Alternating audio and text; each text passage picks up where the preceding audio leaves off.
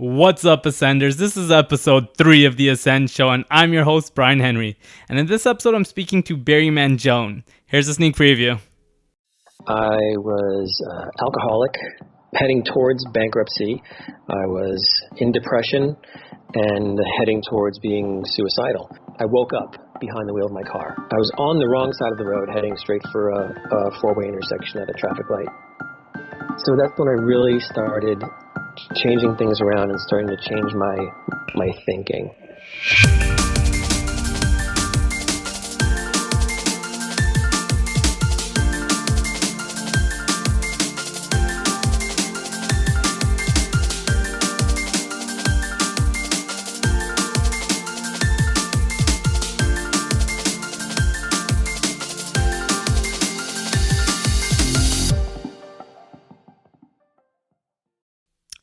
Welcome to another episode of The Ascend Show, where it's our mission to propel humanity in the direction of universal growth.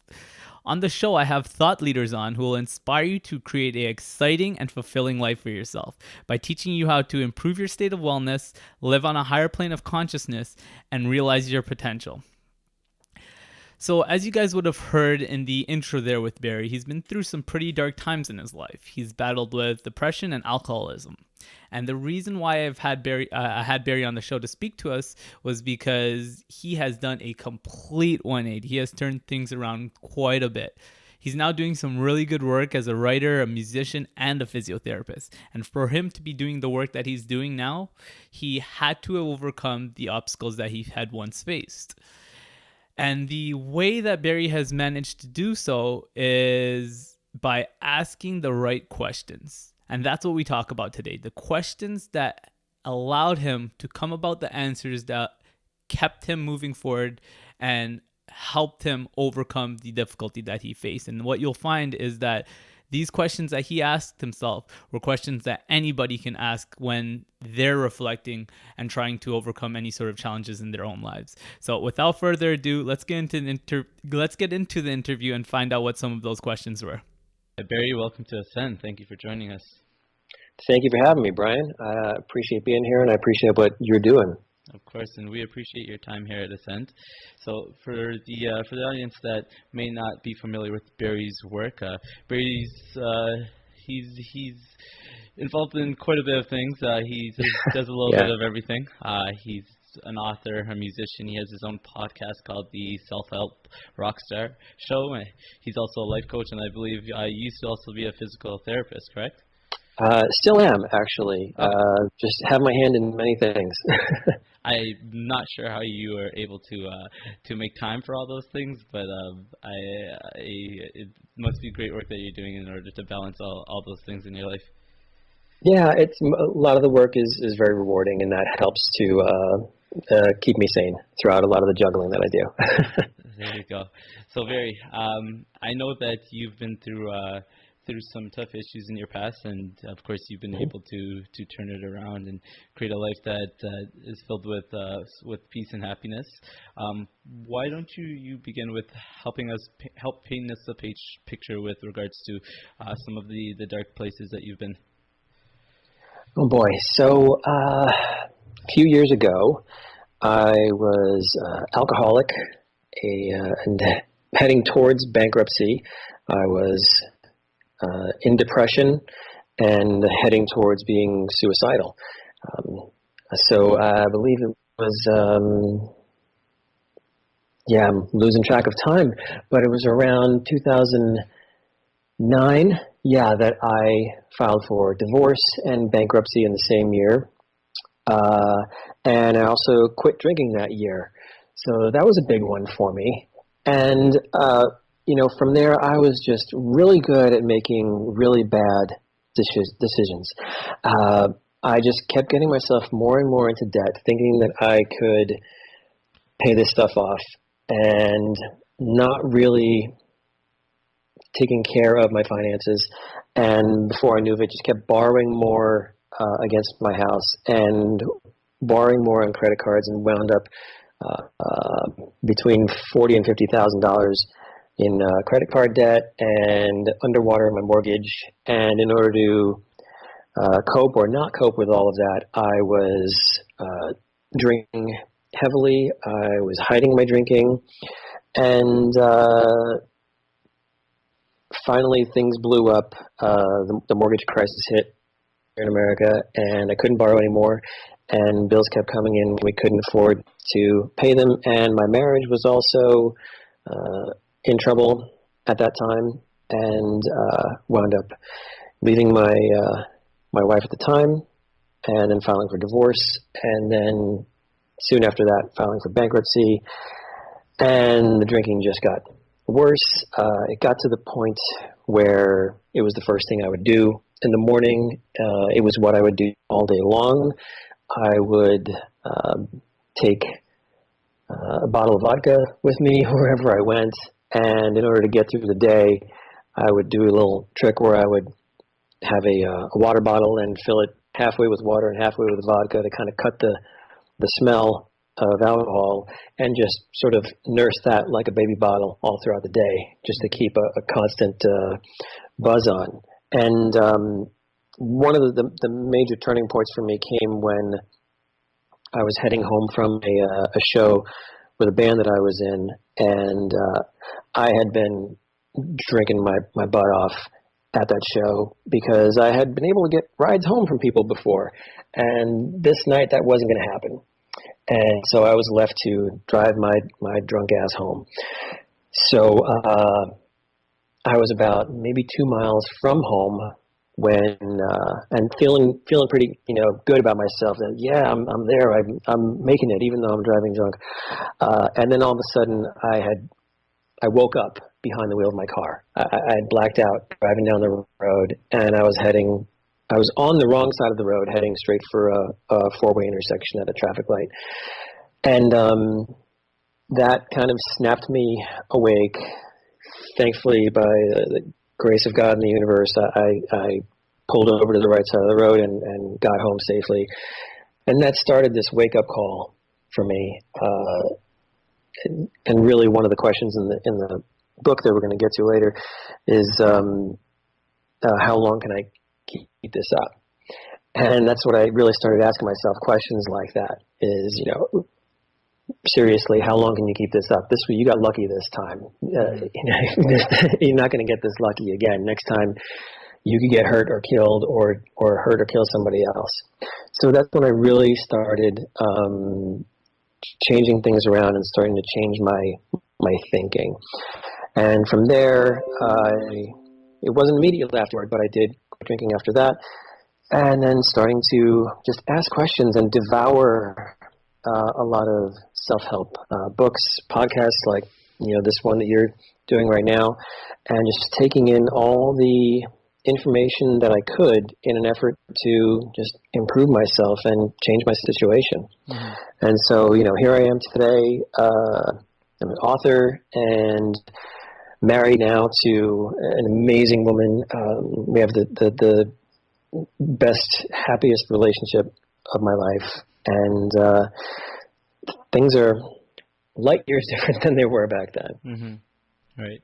So, I mean, of course, I want to thank you for opening up to us and sharing the story about how you hit what you consider rock bottom for yourself.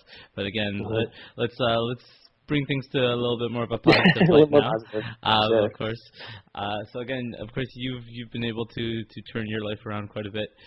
You seem to be in a great place now, and you've been able to find a life that you're happy about living. And on top of that, you've taken it upon yourself to help others turn around their life the way you have. Mm-hmm. One of the ways that you've been able to help others is through the book that you've written, No Easy Answers, a book of life-changing questions. So I do want to get a little bit into that now. Sure. Barry, who did you write this book for? So part of my journey and healing and getting through all this, I don't want to say at the end of that because it's still going on, but toward the end of the really tough part of that, my thought was, if you make it through something like this and you have this knowledge and this wisdom that you've gained through that, and then you don't share it, then what was it really for? And I just thought, I'm going through this. I know there are other people going through the same or similar experiences out there.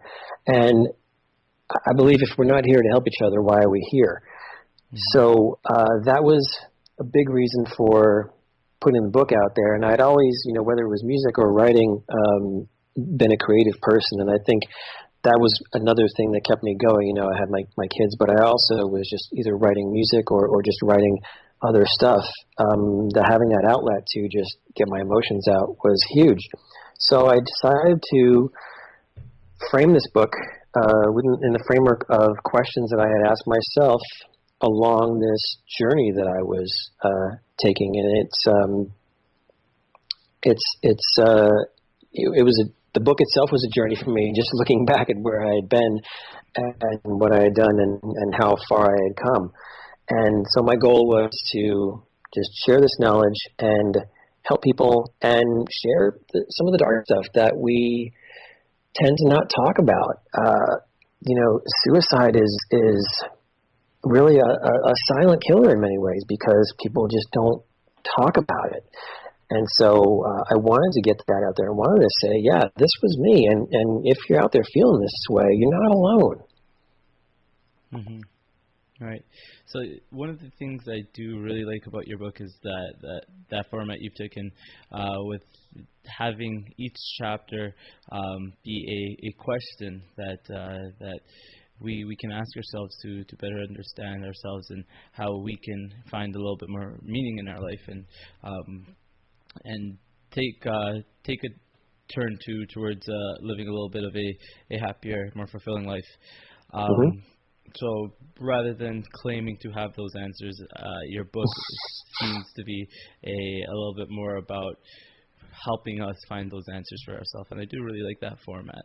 So what I'd like to do here is dive into some of the questions that I really liked and that really resonated with me when I took a read through your book, and then we'll just talk a little bit about them.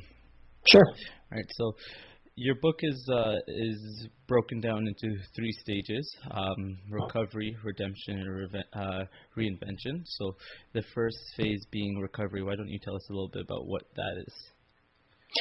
So recovery was, I was really thinking about,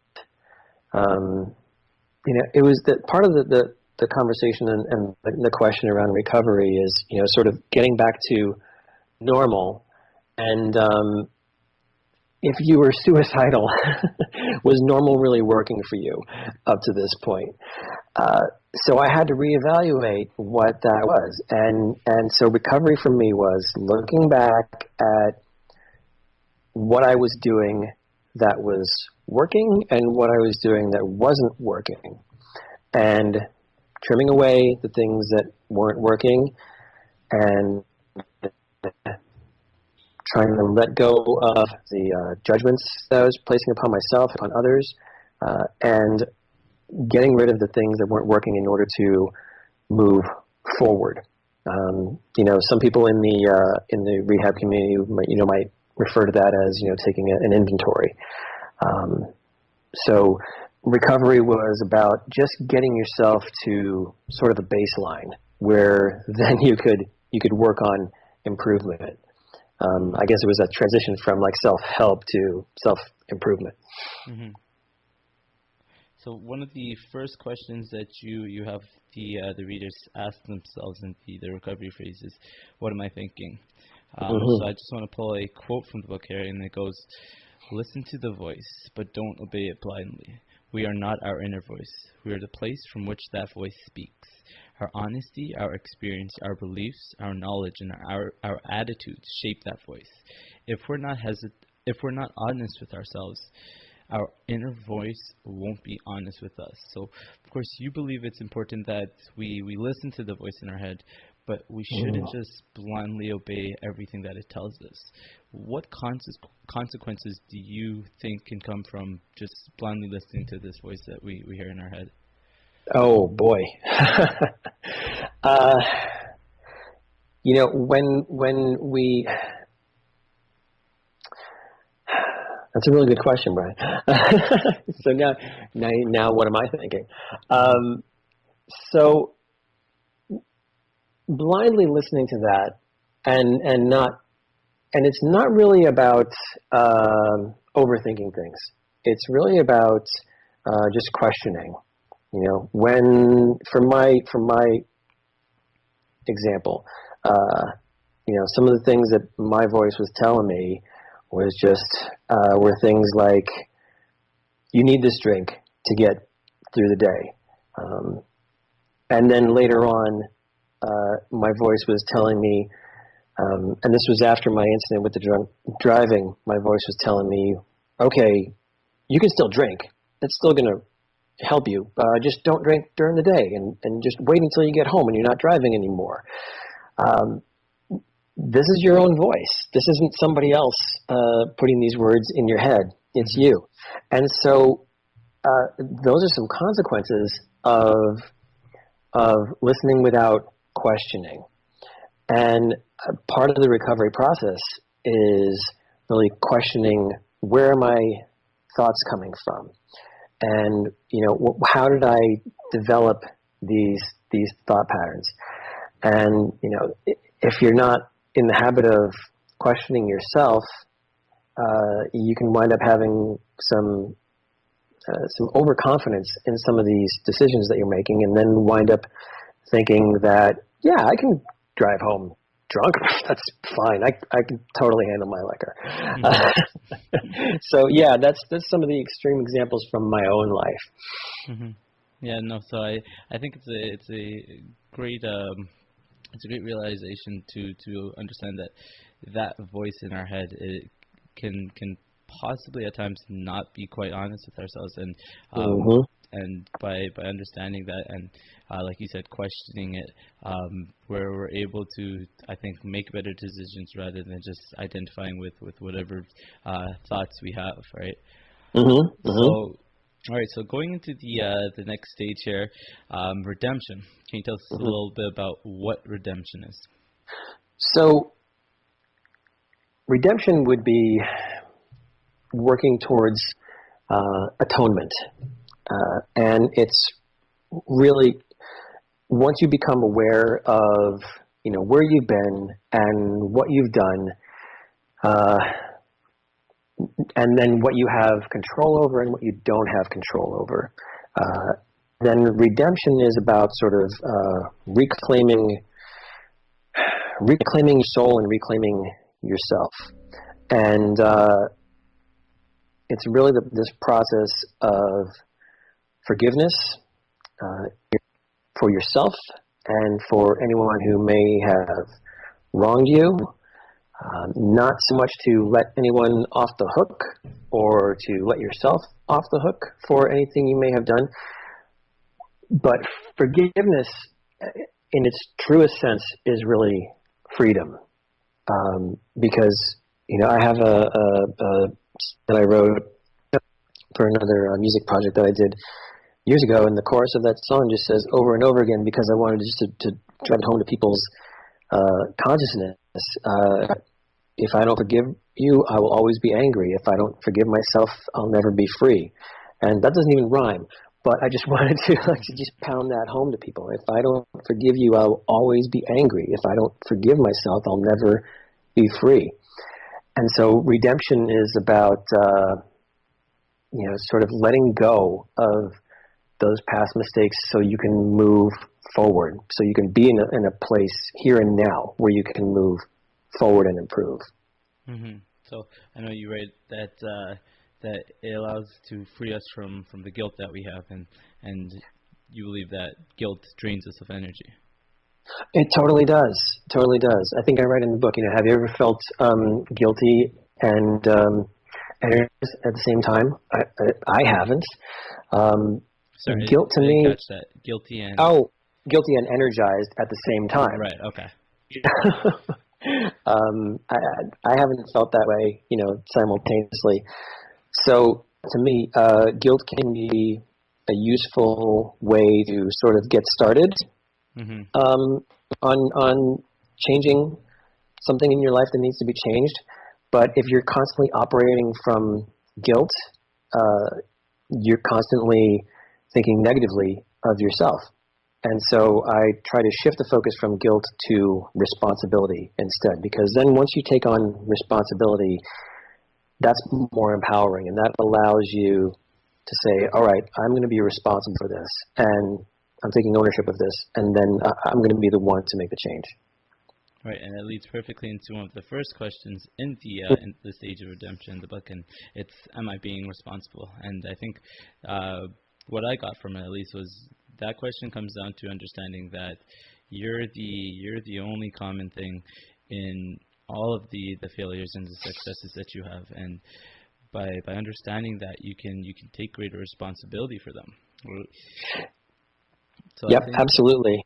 Yeah, so I think that question in itself, am I being responsible?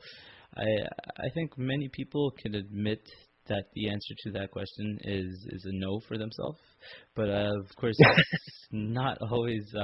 It's not just knowing that you're not being responsible that is going to allow you to make a change.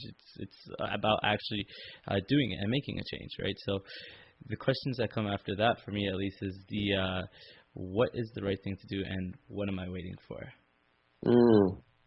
Yeah, and just going back to the responsibility, I'm not sure if that's where I put it in the book, but yeah, and because you were just talking about, if we were to say to ourselves, am I being responsible? I say there are two popular sayings about the truth. The truth hurts and the truth will set you free, and they're both true. That's the thing. So your question moving forward was what was the next one you were asking me? So two of the questions that leads into in the book is, what's the right thing to do and what am I waiting for? So I don't think I really got to the question. The question is, okay. what are some of the challenges people have when trying to answer those two questions? What's the right thing to do and what am I waiting for? Oh boy. I think some of our societal norms and the things that we are sort of, well, it's a lot of our history. It's what we're brought up with, and what we're meant to believe is right can tell us what's right. I think more and often than not, we need to sort of like search more inward for what's right. And for me, there's an intuition, there's a feeling,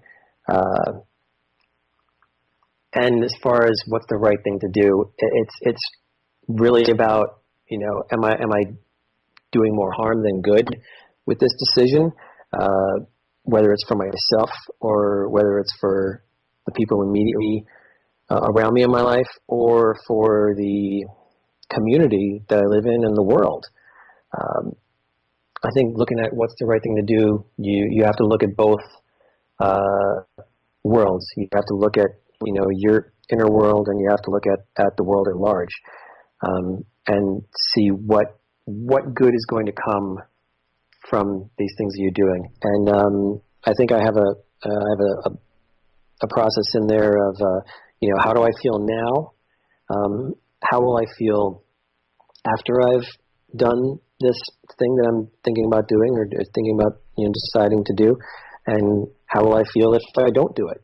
And weigh those questions with yourself and see. It's sort of like looking into the future, taking a little crystal ball and say, okay, in one crystal ball here I have what are things going to look like if I do this, and what are things going to look like if I don't do this, and looking and comparing those two and seeing what the differences are. Right. I think that's a great process for being able to answer that question, because I think when we take that time to ask those questions and to, like you said, look into that crystal ball, often we realize that it can't end up nearly as bad as we may have previously thought. Right? I think a lot of people hesitate to make certain decisions in their life, but then when you break it down to, well, what's the worst that can happen, kind of thing, Hmm. then they start to realize, well, it's nothing that makes not giving it a go worth it. Yeah, it works both ways. It works for sort of, the negative decisions that you've been making. For me, like looking back at some of the things that I used to do, whether it was drinking or whether it was just, living beyond my means. If I had that tool back then, and say, all right, what's it going to look like if I go ahead and buy this thing that I can't afford? What's it going to look like if I don't?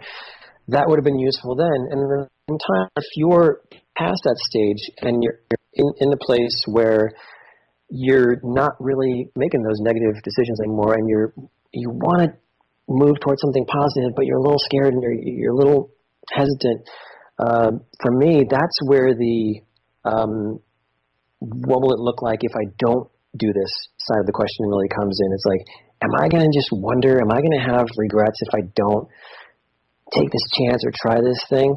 So it works wherever you are in life. Mm-hmm. Right. And I think we kind of already kind of went into the next phase, but before we get into reinvention, I want to talk a little bit about the question, what am I waiting for? Because very often, I think the answer to that question is the right time. I'm waiting Yep. for the right time to happen. You like to refer to that question as a control suck. Yes. So I think I introduced that concept earlier on in the book, but a control suck is just something that you put your energy into that just sort of drains the amount of control out of your life. And it usually revolves around just decisions, which, again, go back to thoughts. So with regard to what am I waiting for, we wait for all kinds of things. We wait for the so-called right time. And I did this throughout my life, the right time to get married, the right time to have kids, the right time to leave my ex-wife. It was like, all right, I can't do it now because there's X, Y, and Z happening. Well, meanwhile, I was still incredibly unhappy and in a relationship and modeling this unhappy relationship for my children. So meanwhile, I'm trying to come up with this, perfect right time. Well, when's it going to be the exact right time for me to, do this thing, or the right time to stop drinking, or the right time to finally just say, you know what, I can't handle my debt anymore, and I have to do something about it. I think what we're really looking for is this sort of perfect time rather than a right time, which is really non-existent. And I don't know who to give credit to, because there are so many self-help people out there who say this, but progress is better than perfection. Mm-hmm. And done is better than perfect.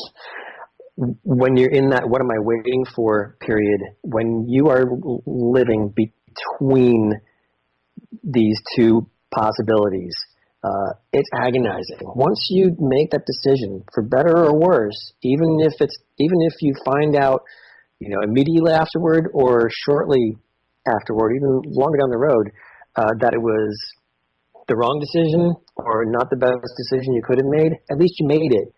And then now you're back in control again. And even if it was a decision that didn't end up the way you wanted it to, you learned from it. You learned a lesson from it. And that puts you in a better place to make a better decision later on.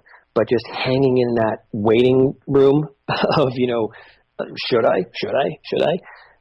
That's a control suck. It just drains the energy out of you, and you wind up not doing anything productive. Right. So just asking that question is I think the first step in getting over that. At the end of the day, it's procrastination, right? And I think you believe, like I do, that procrastination usually is usually a result of fear, and that of course Mm-hmm. is something that can be dealt with, right? Those thoughts of that are limiting us, the limiting beliefs is what I like to call them. Mm-hmm. There are ways to deal with those things. There are ways to overcome them, right? And Yep. when you do start to begin to overcome those, that's when you can make now the right time. Yep. All right. Yep. Exactly. So let's get into the last phase of your I want to say process, but I know you're not a big fan of process. Or Um, journey, whatever you want to call it. Journey. Let's say that. So the last phase of the Sure. journey here is reinvention, and this is personally my favorite phase, Oh, great. because I think this is where change starts to happen. This is where the new begins to happen, and you write in the book, if you have it in you to imagine a new you, you have it in yourself to become the new you. Mm-hmm. But you also say that better than imagination is visualization. So why don't you differentiate the two bit for us, visualization and imagination, and why you feel visualization is a more effective tool? Yeah. So I think I referenced in the book my Tai Chi instructor who gave me that concept. He would say, people say imagination becomes reality, and you hear that a lot in the sort of like the world of like The Secret and law of attraction stuff. But he made a very clear distinction. He says, and he was sort of gruff and and brusque with his thoughts. He would just say, no, imagination becomes daydreams. Visualization becomes reality. The visualization is imagination with intent and purpose. So it's really just sort of a more I don't know, maybe just a more creative way, or a more hopefully inspiring way to talk about setting goals and seeing and having visualization is really having a vision. So for me, sometimes just like thinking about even the word goals, sometimes for me, and maybe somebody else out there is listening and thinking this too, it's like, I don't know, I feel this pressure sometimes when I just set a goal, because it's like, oh God, all right, I set a goal for myself. Okay, you got to do it. And it's just like this energy buildup where you're just like, oh God, and what if I don't? But what if I don't? But what if I don't? Mm-hmm. But visualizing, and just instead of that, having a vision of how things could be is to me a little more inspiring when you can place yourself into that future that you want for yourself. If you can say to yourself, you know what, I want to be in a happy, healthy, committed relationship. I want to, do work that is meaningful to me and has meaningful, positive impact on people's lives. That to me is better than sitting down and just writing some goals out and saying, I want to have this job, or I want to have, this car, or this whatever. And so that's the distinction for me between just imagining, and it's also the purpose element to it as well, where you can just imagine all day long, but when you're visualizing, you're creating the future there, and then you want to sort of reverse engineer from that future and say, all right, how do I get there? Which I think actually is another question in the book, right? Yes, I believe it is. Yeah. Okay. Yeah. So no, I definitely think, based on how you describe visualization, how it can be a more effective tool than imagination. I like what you said there with regards to visualization being an imagination with intent and purpose, because I'm definitely a strong believer in both those things, intent and purpose. And I think when you mix those two, or mix those three together, intent, purpose, and imagination, and make visualization out of it, being able to visualize that future that you desire is the first step in being able to achieve it, because like you said, only then can we reverse engineer the process and and like you said, how do I get there, and answer that question there, how do I get there. Yep. That brings me to the last question in the book that I want to touch on, and I think this is probably one of the most loaded questions. And it is, how do I know, right? And when you ask that, it's asking, how do I know I'm heading in the right direction? Yeah. So there are questions within this question that I ask. One of them is, have I done everything I possibly can? And it's just looking at yourself and saying, is there anything more that I could have done that I didn't do? So, and this is sort of, if you've reached a point, if you had that visualization and you've gone for it, and you either, had a shot and you missed it didn't happen for you, or, you missed it on the first chance and you want to try again. These are questions, to ask yourself. Have I done everything I possibly can? And if I didn't achieve this, is there something that I missed? Is there something that I didn't do? And then when you get there, or when you don't get there, am I balanced or am I off balanced? And being balanced doesn't mean you are 100% certain all the time. I think earlier on in the book I talk about being comfortable with uncertainty. When you live in a world, like we do, where the only thing you can really control is your thoughts, you have to be used to uncertainty because that's all around you. And then, so being balanced is sort of just being able to adapt and roll with changes. And if you're again, here goes back to being honest with yourself.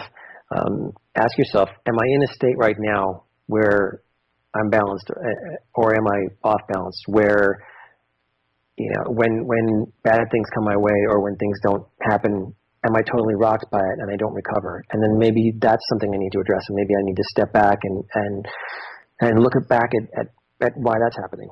Another one is, what have I got to lose? A question within this, how do I know? Look at, really, what's holding you back? What do you really stand to gain from chasing after something, or reaching for that goal, that dream, that vision that you have? And what are you really going to lose by moving forward toward that? I think most of us are surprised that we really don't stand to lose as much as we think we do, or as much as we're really holding on to, by going after something that will really fulfill our soul. And then the other question is, what do I have to gain? And I kind of, I touched on that a little bit.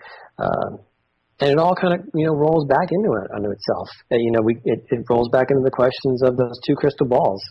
What will it look like if I do this? What will it look like if I don't do this? Mm-hmm.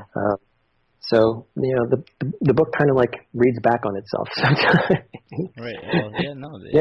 It means that there's cohesiveness to it, right? It all comes. I hope so.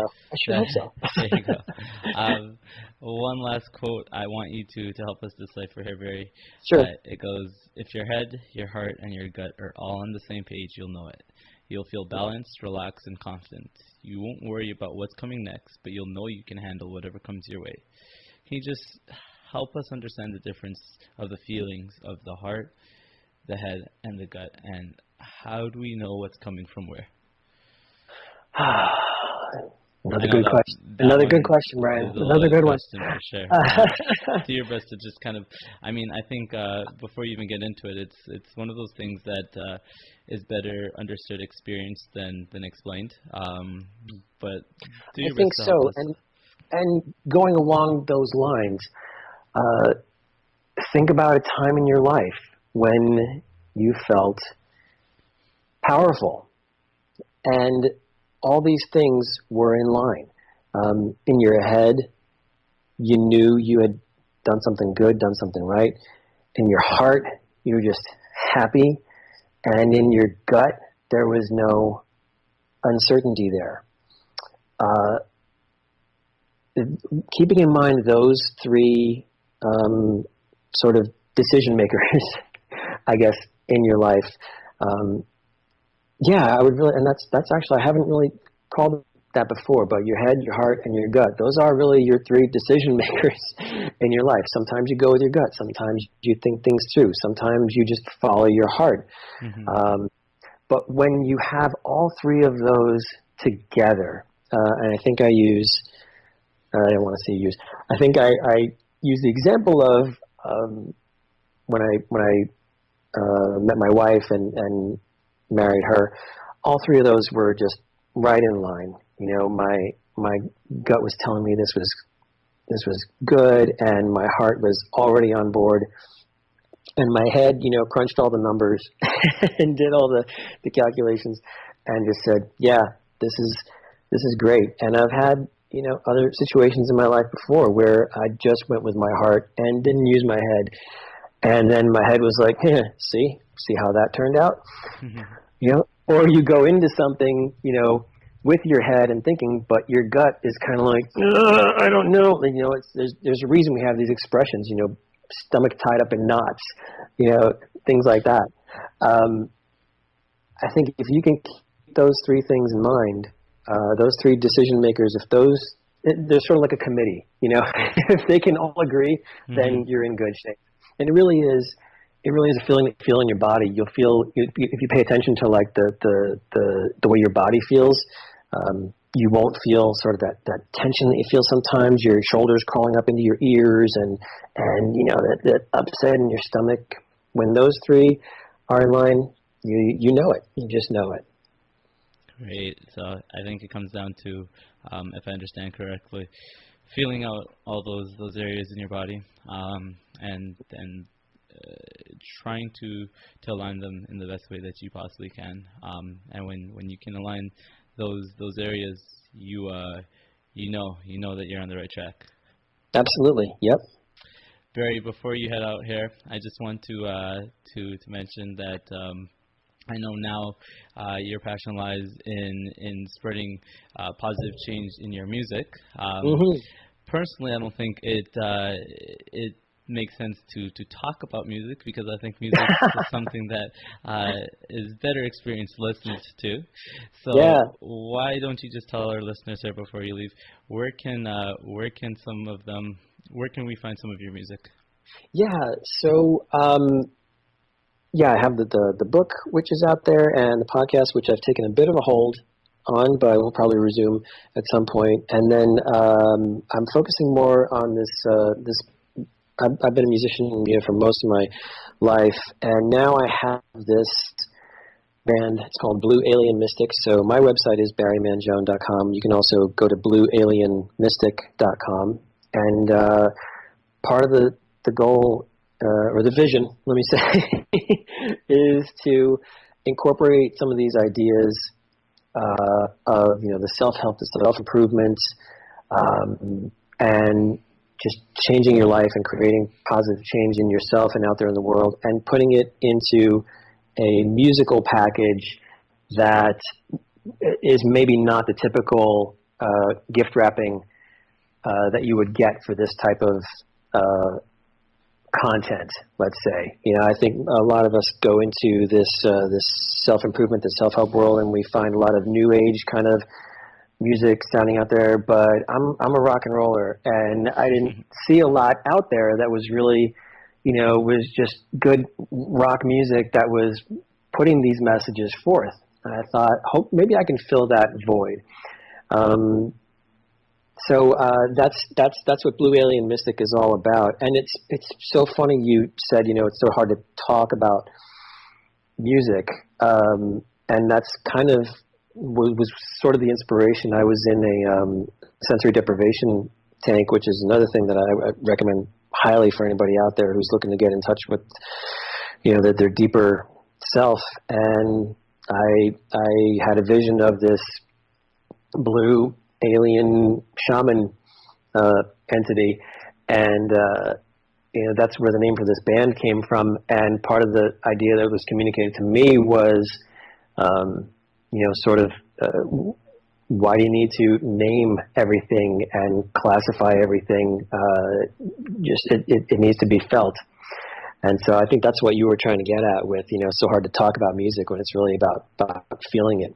But that's my passion right now, and we're hoping to get our EP out by the end of 2016,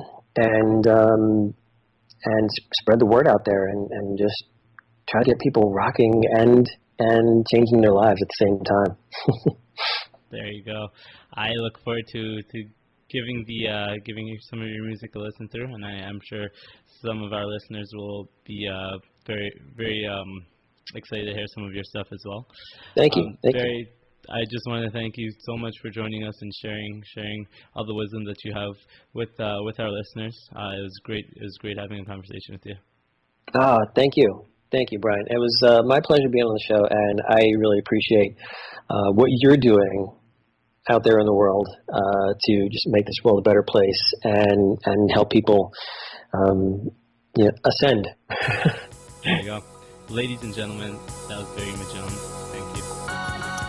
So that's it for my interview with Barry, guys. I hope you enjoyed it, and I hope some of the questions that came up in the conversation that I had with him are questions that you'll find benefit in asking yourself when doing any sort of reflection, trying to overcome challenges or obstacles in your own life. Because I definitely think that the way to go about finding clarity, the clarity required to overcome any sort of challenge, is in asking yourself the right questions, because only you can come about those answers that will keep you moving forward with whatever it is that you're trying to accomplish. And that's why I like the approach that Barry took in his book. Rather than present to you what he felt like there was the answers to your problems, and rather than claiming he had the answers, he brought forth the questions that helped him overcome his challenges. And as you saw, again, they were questions that anybody can be asking themselves. And I think it's an important thing to be doing, asking yourself these questions, just to make sure that you're staying on the right track. So thanks again for listening, guys. If you want to find the show notes to the episode, you can find them at www.ascendshow.com/3. And I just wanted to thank you guys for all the support you've been showing me in the release of the first few episodes of the Ascend Show. It's definitely motivating me to keep on finding great minds to have on the show and interviewing them so that we can learn together. So thanks again, guys, for the support, and until next time, Ascenders.